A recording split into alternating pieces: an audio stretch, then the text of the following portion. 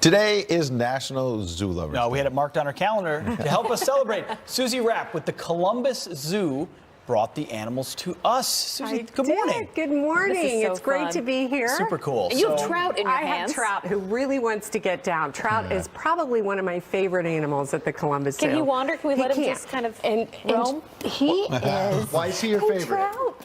He just loves like the people. March of the He's been Penguins. such a good ambassador for the black-footed my penguins, goodness. which a lot of people don't realize. This is an endangered species.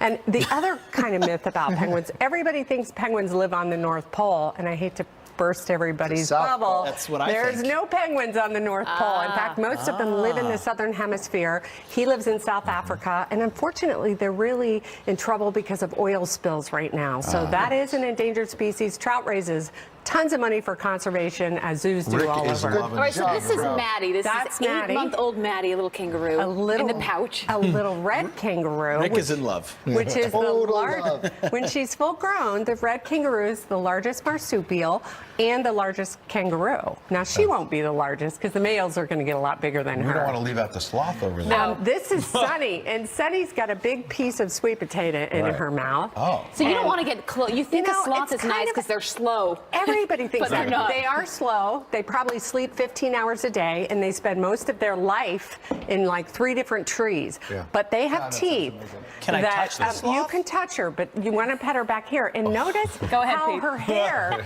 I don't know if the cameras get up close. You can see that how Look the at that. hair. He's looking around like, Yeah. like, Come who's over this here. headset I'm not guy? going to let you get bit. But notice how the hair is growing the opposite yeah. way. That's because she'd live in the rainforest and of Nice. South and Central America, and the rain It all would come up. drips down. But if she lived in the wild, she'd have algae growing all over her to help camouflage her, because she does have a lot of predators. She's got jaguars. She's got one of her And they their main can't- they can't predator. move quickly, so what are you gonna do? They can't move quickly. good So stuff. she's very well camouflaged. Susie, thank you so much. You're going to be on later with more animals, so you animals. don't want to miss Yeah. that National That's Zoo great. Day. where's the All right, penguin? still ahead on the Where's the show, penguin? Pastor Robert Jeffress, Alan Dershowitz, and Diamond and Silk. They're going to respond to Facebook. That is all coming up. You don't want to miss this. So much more coming up on the show National this Zoo morning. Lovers Day. Come on. He'll be back. Gentle, right? I love it. It should be. Where did Trout go? Trout. Trout doesn't answer the phone.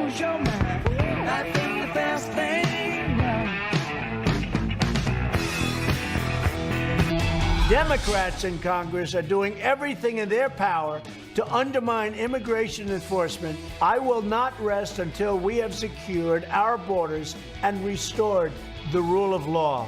This is a brilliant idea to use the Guard, and just the presence of the Guard there is a huge deterrent. One person is dead and 6 firefighters hurt after a fire rips through Trump Tower right here in New York City. President Trump tweeting about the blaze and thanking the firefighters for a great job.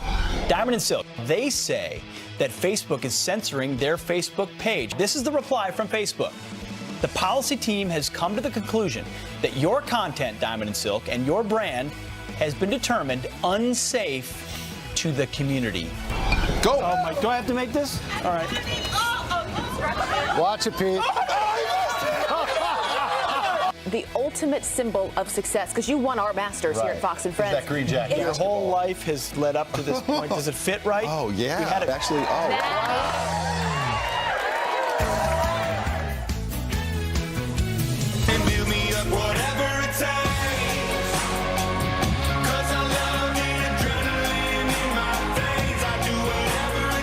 as the kids say, Ed Henry for the win. Whatever it takes to win, Ed. Whatever you have to do. Well, I won fair and square. I just want to be clear.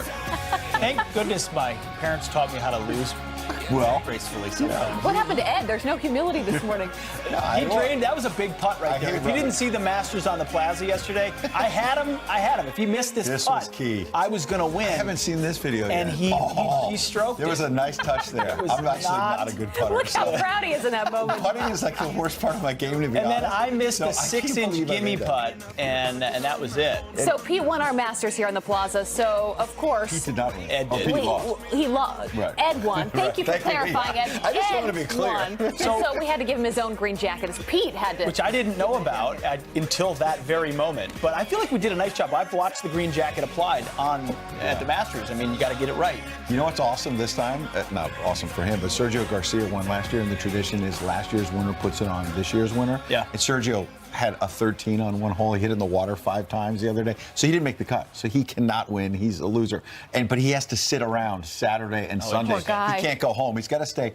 Put the jacket on. Here are the emails. And I have to sit on the couch with this guy. Well, Pete has yet to win against Ed. So we've been asking you this morning, what sport should be next? What can Pete actually win in? So your emails are pouring in. Maureen sends us this. I think Pete has a pretty good chance at thumb wrestling. Wait, you're Look at these bottom hands. of the barrel. Look at these hands. I think so. Sylvia says, paintball. Pete, you got this. That's what they said about everything. Come on, paintball. I got you on that one. Come on. And then Chaz says darts. Nice sport and a pastime. I literally got 5-10 tweets from people about darts, so we got to look into that. We're going to check it out. Do you play darts? Are you good at parlor I've done games? it a couple times, but no. Okay, I feel like my chance. I'm going to stop putting. You should any stop putting the expectations chances on mine. But Ed, enjoy the moment, enjoy the morning, enjoy the jacket. I'm going to wear the green for the rest of the day. Well, why don't you take us off with some news? All right. So we have a lot of news. The president, remember, this started basically last weekend where the president started tweeting about we've got to do more to secure the southern border. And his critics were saying this is talk, it's rhetoric.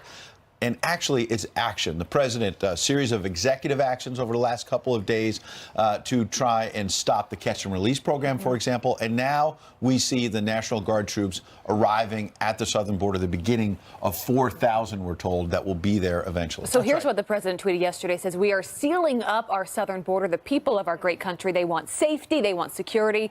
The Dems have been a disaster on this very important issue. You know, earlier in the program, we're going to hear from someone who oversaw the Bush-era deployment. We also heard from a leader in the Texas National Guard saying they're already forward deployed. Those who need weapons will be having them, because we heard a question about that. I mean, if you're in the headquarters, you don't necessarily need one, but you're out in the field assisting law enforcement, you would. We also asked Lieutenant General Stephen Blum. He oversaw the Bush-era border deployment, and he had a pretty strong opinions about the worthwhile nature of what the president is doing here. Listen. These are superb citizen soldiers. They have all of the skills, training, and discipline of our best units in the United States Army and Air Force. The only difference is that they come with civilian acquired skills and life experience. My recommendation is that they would be armed. They've been armed in every other event before this on the border. This is a brilliant idea to use the Guard. It is precisely the secret sauce that delivers the unity of effort between the locals, the state, the federal governments of both the United States and Mexico. The only people that view this as a threat are the coyotes and the cartels. Man who knows what he's talking about, right? Yeah. He led the mission under the George W. Bush days in 2006, sending thousands of troops to the border. So he's someone who's been through this. He can help us better understand the impact the troops will have on the border and also what they need for it to be successful. And I agree with just about everything he said as a journalist in terms of these are the best and the brightest. These men and women who are going down there, they're well equipped, they're prepared, they're trained. That's all awesome. But the part where he said this is the secret sauce to maybe finally secure the border. My question is, he led the Bush effort, as you said. That was in 2006. I covered it. Okay, then fast forward to Barack Obama in 2010. He did something similar. Not as many National Guard troops, but about 2,000 or so. Yep, but the point 1,200, is, here we are going back to George W. Bush, right? 2006. They had 6,000 troops at that point. More than a decade later, Pete, and we're still trying to secure No, it's the a border. great point. Maybe we'll finally succeed. I think to correct the good general, I think the real secret sauce is President Donald Trump. You have now a commander-in-chief who truly wants that southern border wall a real solution. So in 2006 and 2010, I believe that George W. Bush and Barack Obama were earnest about the border problem. But neither of them were real proponents of that real solution on the border of a border wall. So if you use the National Guard to stem the tide and as a motivator to do something bigger and larger and more permanent, you can see this as a very useful step and not just a stopgap measure. Because you don't want to use the Guard every 5 years to kind of to do a little bit here and a little bit there. If you can use them now and build the border wall and remind Congress they should have done this. President moving on the border, but also trying to light a fire under the Justice Department. Tweeting yesterday, lawmakers of the House Judiciary Committee are angrily accusing that Justice Department of missing the Thursday deadline for turning over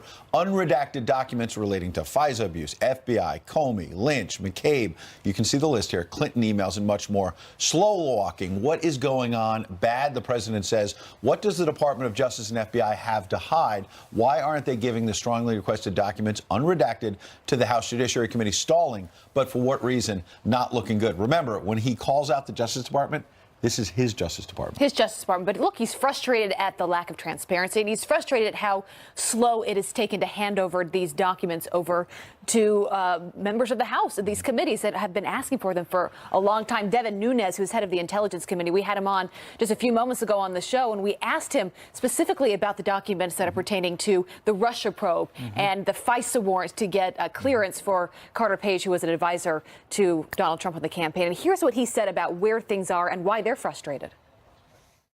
I keep trying to tell this to the Department of Justice and the FBI. Congress created the Department of Justice and the FBI. They're the ones that open an investigation into a presidential campaign using our counterintelligence capability. So this in and of itself was unprecedented. The American people know it's crazy.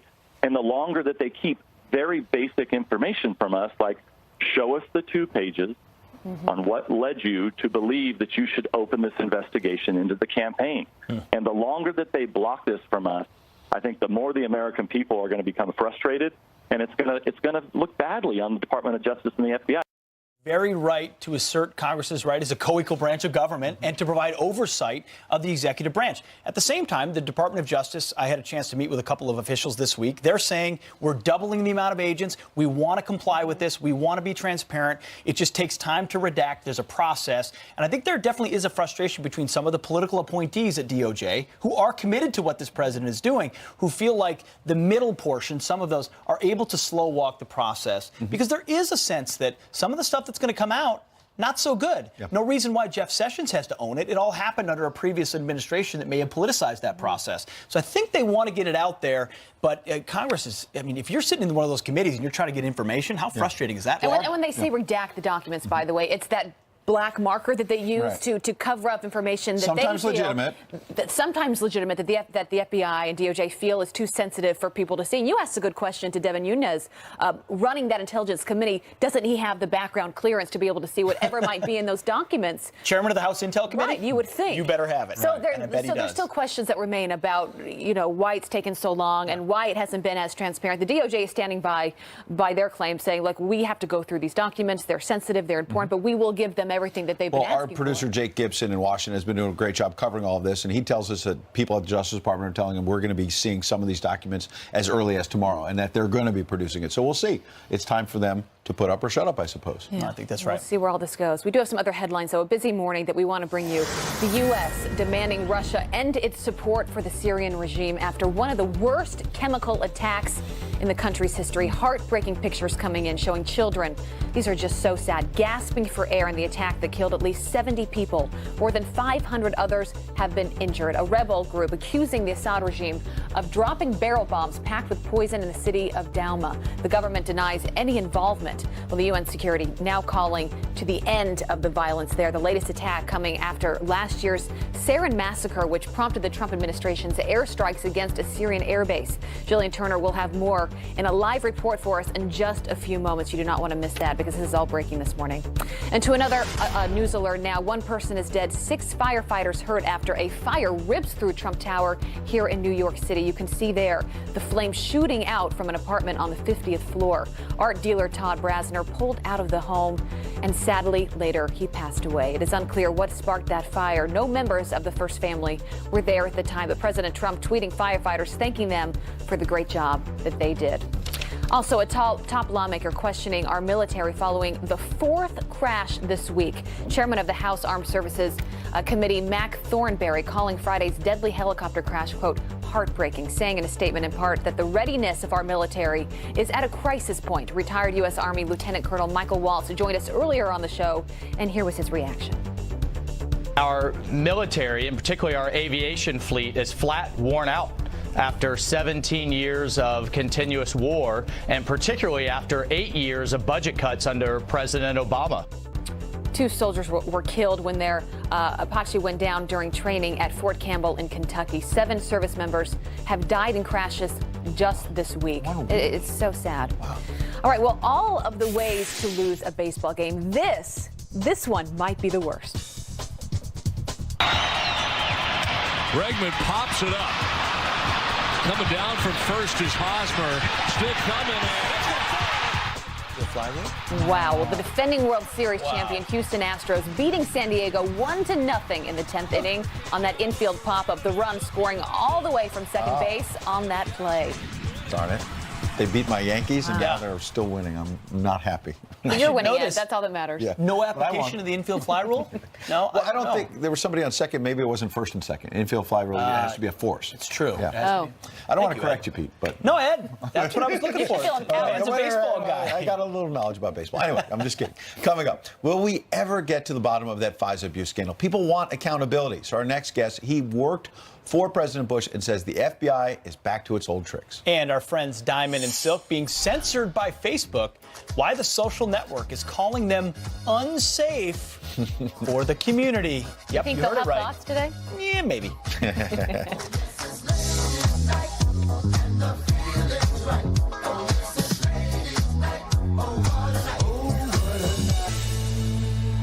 Welcome back. Well, extraordinary accommodation. That is what the Justice Department says it's making for House intelligence members to view documents related to the FISA investigation. And meanwhile, the president is slamming the DOJ, saying they are still slow walking those documents. Well, the Wall Street Journal agrees with the president, saying in a recent op-ed that the FBI is back to its old tricks. Here to explain, Main Street columnist for the Wall Street Journal and a member of its editorial board, former Bush speechwriter, Bill McGurn. Good to see you. Good to see you. So you've written extensively about how promises have been made about transparency, and it seems like this Justice Department, which reports to this president, is not listening. No, it's incredible that President Trump is complaining about his own Justice It's not the Department. Obama FBI. Justice. Right. If he has a problem with it, he thinks he should fire the person who's in charge of disclosing these documents and get someone else, or call the Attorney General in.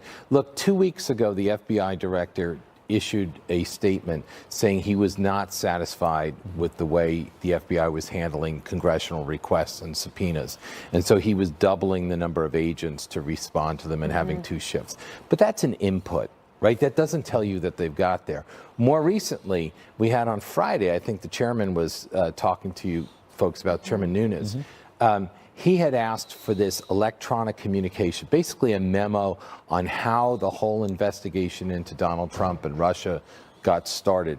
And they want access to this document. They call it electronic communication. It's really a memo. And there's there's a paragraph they won't let him see.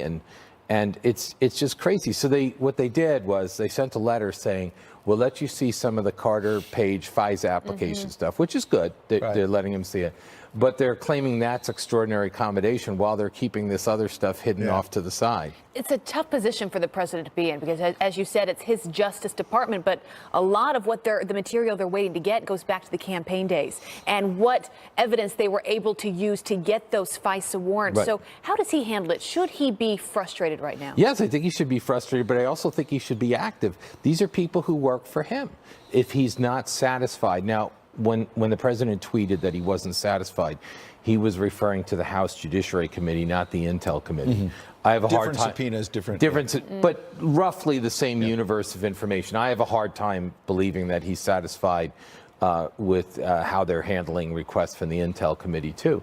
But he can change it. He can tell someone be more forthcoming with Congress and get someone to replace the guy who's handling this stuff now. True, but isn't the flip side that Democrats will say, wait a second, you're pressuring or maybe even firing Jeff Sessions the way you fired Comey. Right. And there'll be another firestorm. Well, no I matter what he don't does. think they have to fire Jeff Sessions. But look, isn't it an odd argument to make that more disclosure means like obstructionism? I mean, generally we want presidents and administrations to be forthcoming. And I think that's what he should do. He should issue an order or let people know he wants them to be more forthcoming to Congress. And someone should, at this point, it's not just sending over the documents. At this point, the real key are the redactions. You know, we know that earlier redactions kind of hid this relationship between FBI agent Peter Strzok and this FISA court judge who had recused himself from the General Flynn case. So there's all sorts of things. And look, if people on the Intel Committee who have security clearances and represent we the people, if they can't see There's no this reason stuff, they can't who, see the who redacted can? stuff.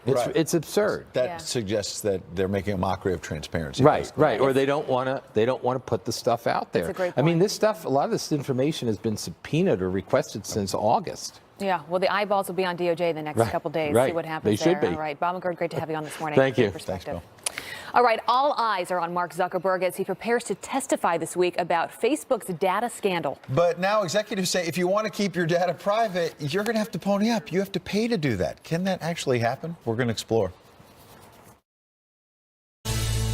Welcome back. A couple of quick headlines for you. Well, President Trump coming to his EPA chief Scott Pruitt's defense, saying he's doing a great job, tweeting, while security spending was somewhat more than his predecessor, Scott Pruitt has received death threats because of his bold actions, record clean air and water while saving USA billions of dollars. And Florida Governor Rick Scott expected to throw his hat into the political ring for the U.S. Senate tomorrow. The Republican would be taking on three-term Democratic Senator Bill Nelson, which will help determine whether the GOP maintains control of that chamber next year. Big race for sure. That would be a race to watch. Thank you, Pete. All right, well, as Facebook CEO Mark Zuckerberg preps to testify before Congress this week, the social media site's number 2 in charge, Sheryl Sandberg, spent Friday on what we call an apology tour. Let's be clear. We do not sell people's data. We don't do it for ads. We don't do it for any other reason. We also don't give your data to any advertisers. You have an opt-out button. Please don't use my profile data for advertising. We have different forms of opt-out. We don't have an opt-out at the highest level. That would be a paid product. So if you want to keep your data private, did you catch that? You'll have to pay for it. Well, here to tell us if that's actually even possible to enforce, David Kirkpatrick. He's the author of The Facebook Effect and the founder of the Techonomy Conference. David, welcome. Good to be Morning, here. David. What do you think about the idea of paying for it, but also was that semantics to say, we don't sell your data? They clearly use our data. That's their whole business Well, model. they don't really need to sell it because they sell it to themselves, in effect, and that's why they're the most profitable company of their size that ever existed. So it's kind of a red herring in the sense that it doesn't matter that they don't sell it to others. They still exploit it, is the word that I would use. What is the motive? We were talking the commercial break. Do they want to connect the world, as they often say publicly, or is this strictly about making more money for themselves? Well, yeah, that really is the big question, because both Sheryl Sandberg and Mark Zuckerberg in their, as you call it, apology tour this week really did say that our mission is to connect the world and create community, and the ads are kind of a way to pay for it. But I don't buy that at all. It's disingenuous. This is the most profitable company that ever happened anywhere. And I basically look at this whole recent scandal as, and Zuckerberg said it's a huge mistake. They didn't put enough priority on privacy and security. The question is, why did that happen? And I think the reason it happened, sadly, is they were focusing too much on profit and not enough on our security, the hundreds of millions, billions of members. Why did it happen for so long? And it happened for a very long time. What can and should be done, both from the perspective of privacy, but also to address the concerns of, oftentimes it's conservatives, but individuals who have speech that they may deem as inappropriate, like Diamond and Silk, which is absurd. What can they do to answer to that? It's really hard to answer exactly how they should solve these problems because, they're in an unusual and really a unique position for a commercial company in that they effectively are defining what is appropriate speech in the public square, right? Because they are, in effect, the public square for literally 190 countries. It's not just the United States. What kind of a responsibility is that for a commercial company? But certainly new rules around disclosures with advertising are a very good step forward. They've made a number of steps in the last few days that I do applaud. But the problem is they are in a structural situation that's not going to be easy to resolve. Just quickly, do you think he'll survive this week, Mark Zuckerberg? You're the expert. Survive? Oh, he always survives. But stay on top of the company He completely controls the company. He can't be removed. He would have to remove himself. All right. 2 days of big testimony this week. Thanks for breaking it down, David Kirkpatrick. We appreciate it. Thanks for having me. All right. Speaking of Facebook, why is it calling Diamond and Silk unsafe for the community? They trigger just too many people. And could this Republican win the governorship in liberal California? Even Newt Gingrich says that John Cox has what it takes. That candidate will join us live. And we introduced you to peanut butter and pickle sandwiches yesterday. It was actually pretty good. It wasn't bad. But we're getting even crazier this morning because that's how we do things here at Fox and Friends. How about M&M's and pizza? Pete said something about banana and ketchup. Oh, yeah, you're going to want to stick around for these crazy Peanut butter hot combos. dogs. What do you think, Rick?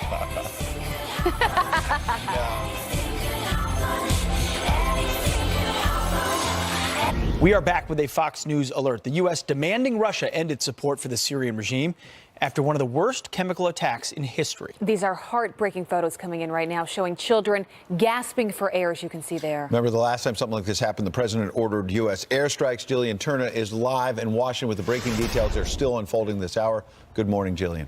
Good morning, guys. So dozens of people in the Syrian suburb of Douma have choked to death in what medics and rescue workers believe to be yet another chemical attack by the Assad regime against its own people.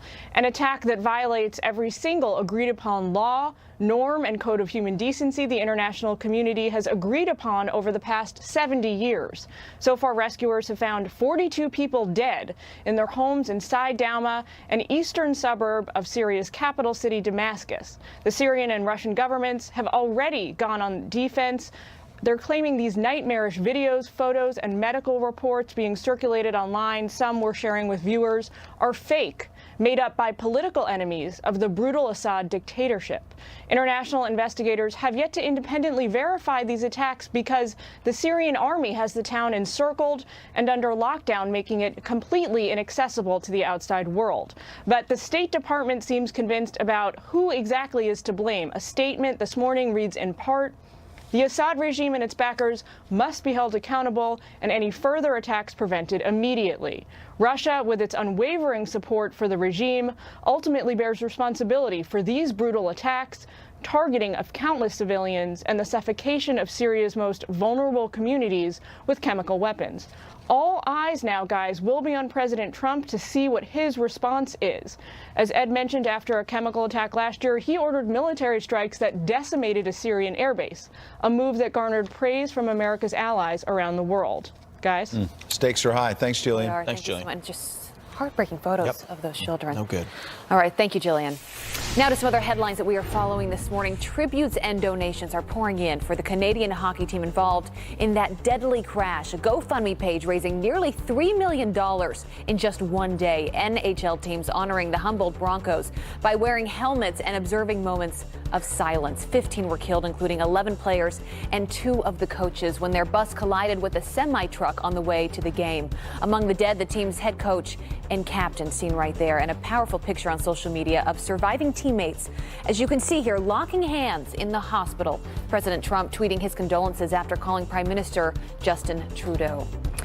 Also, Loretta Lynch is ready to talk about her pre-election tarmac meeting with Bill Clinton and her relationship with former FBI Director James Comey. An interview airing tomorrow morning on NBC, coming just days before Comey releases his new book. President of Judicial Watch Tom Fitton joined us earlier on the show with these pretty tough words. Take a listen. The Justice Department was a mess under Loretta Lynch. This meeting was an indication or an example of the way it bent over backwards, both in appearance and in fact, on behalf of Hillary Clinton. And Comey has said Lynch's meeting made him go public about the investigation into Hillary Clinton's email server. We will watch that interview closely.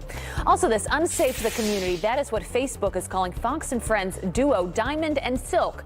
The response coming after the pair contacted Facebook nearly 7 months ago after noticing that their fans weren't receiving notifications about their new online content. Diamond and Silk saying Facebook responded with this comment, quote, "The policy team has come to the conclusion that your content and your brand has been determined unsafe to the community." Well, Diamond and Silk will join us live next hour to react. You do not want to miss what they're going to have to say. And a new study revealing, also we reached out to Facebook, by the way. They have not given us comment back on that. We'll let you know if they do. So a new study revealing the one chore that is most likely to ruin your relationship. No, that's not what I want. You just said that you want me to help you do the dishes. I want you to want to do the dishes. Why would I want to do dishes? Why? See, that's my whole point. That's right. Well, according to the Council of Contemporary Families, women who say they do all of the dishwashing are most unhappy in their relationships. That is compared to any other household chore. Researchers say it is because dirty dishes can be a constant problem. Rick would agree with that. Yeah. All right, well, earlier we asked, what do you think? Well, Tina writes, definitely doing the dishes will wreck relationships, LOL.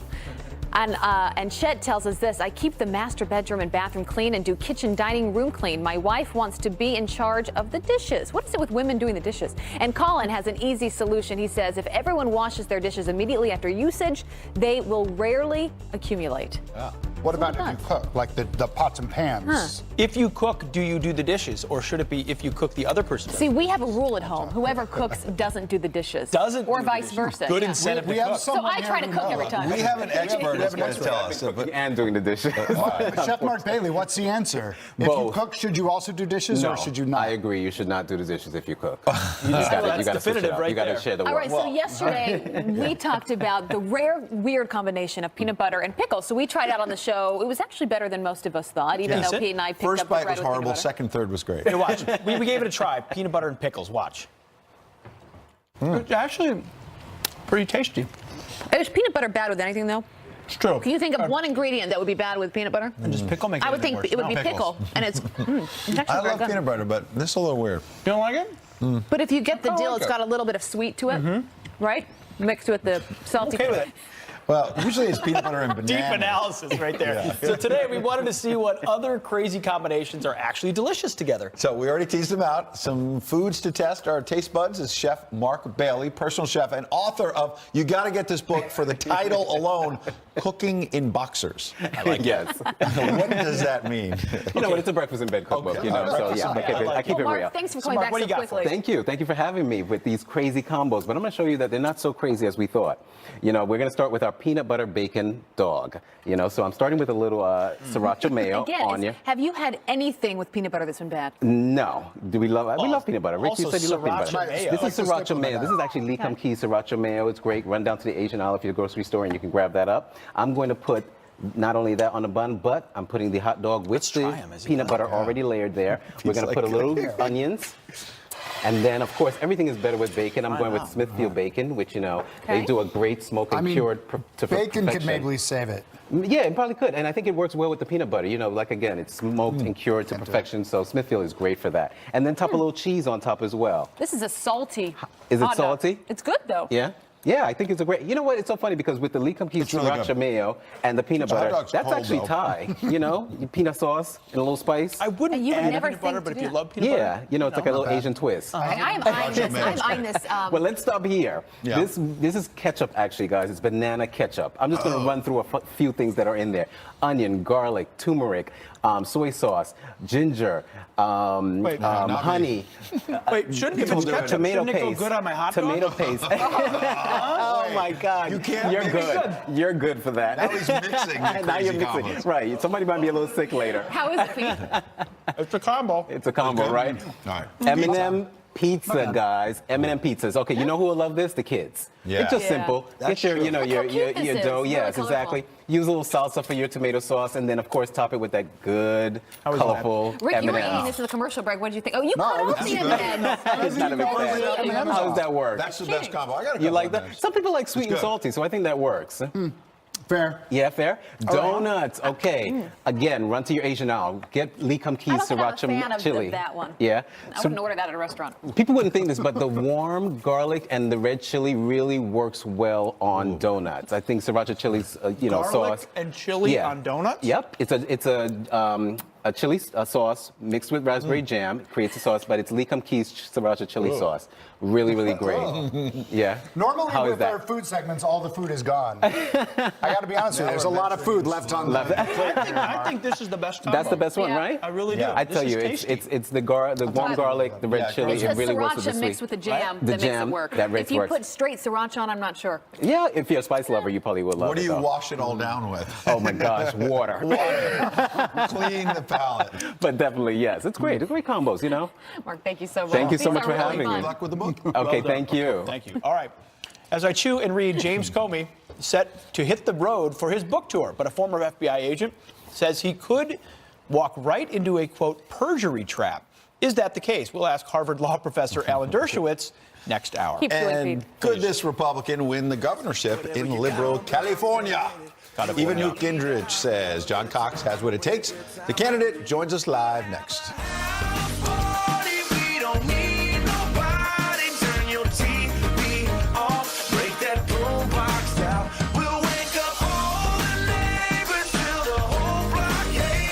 Well, liberal California hasn't had a Republican governor since Arnold Schwarzenegger left office in 2011. But is the sanctuary state finally ready for some conservative change? A former Speaker of the House and Fox News contributor Newt Gingrich thinks Republican candidate John Cox has what it takes. Here's what he wrote in a new op-ed. Quote, Californians would benefit from Cox's conservative leadership. We need to engage and build momentum in every election at every level. Republican candidate for California governor John Cox joins us now. Good morning, John. Good morning. Great to be with you guys. Good to see you. And the sense I'm getting from Republican leaders like Newt Gingrich is there are a lot of GOP politicos who throw up their hands and say they can't possibly win in California, and they don't even try. That's nonsense. Jerry Brown is the only Democrat to have been elected in the last 50 years. Gray Davis was recalled. You know, Newt Gingrich is a great conservative leader and a patriot. He knows what it takes to win. He's given people the opinion that I can win, and I think he's right. Republicans are really overjoyed at my candidacy. They know that I have a chance. I'm a business leader.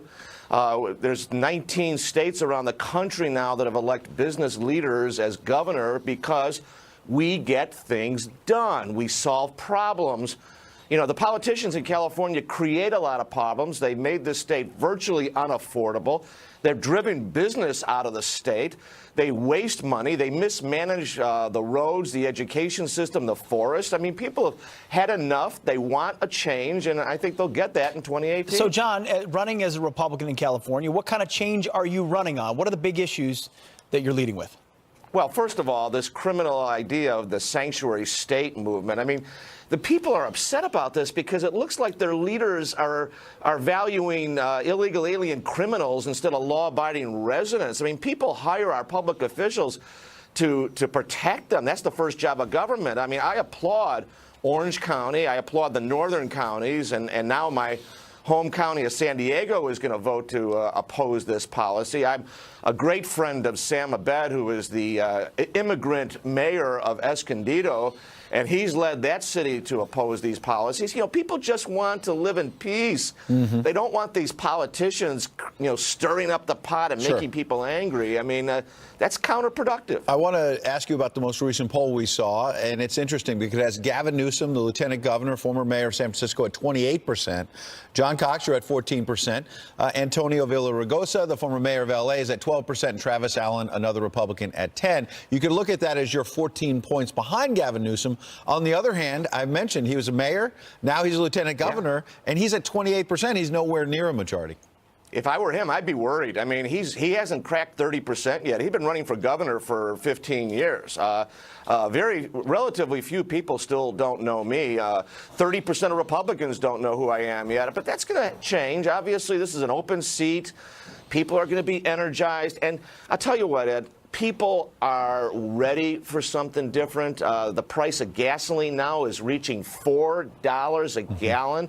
I'm the leader of the gas tax repeal that's going to get rid of the taxes on that. I mean, people are being pounded into the Sure, but I mentioned a moment ago, pardon me, that you're only at 14%. And yeah, I get he's been running for governor forever, and you're a newcomer, but you're at 14%. Another businessman named Donald Trump, as you know, was an outsider and was able to put it all together. Can you really get it done? Well, he was on TV for a lot of years, and I haven't been. But, again, I think people are paying attention, or they're starting to, and I think that'll happen even more as we get into the November elections. I'm number 2.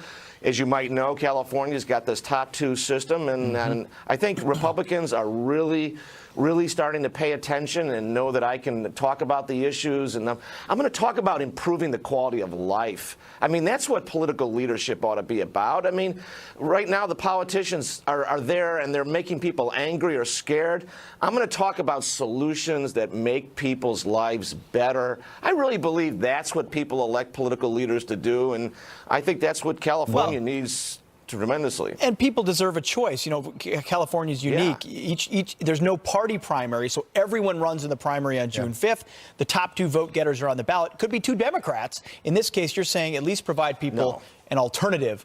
It looks like it'll be Gavin Newsom, and you at 14% as of right now would be the next pick. So. But appreciate your time. Certainly, Sanctuary City is a huge issue, not popular amongst a lot of Big people. issue.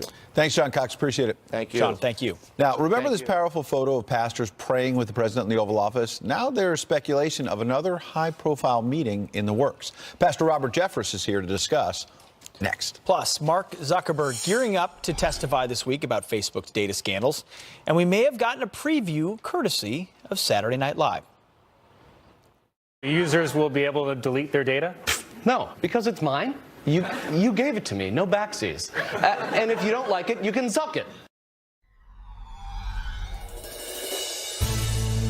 Welcome back to Fox and Friends, and happy Sunday to all of you. There is talk of a high-profile meeting between President Trump and evangelical leaders in our nation's capital this summer. Some conservative leaders are apparently concerned that evangelical voters may be losing enthusiasm ahead of the 2018 midterms.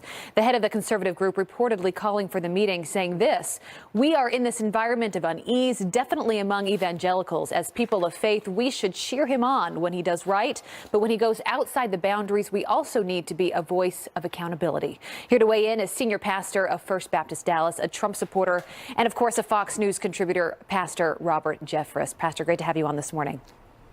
Thanks, Abby.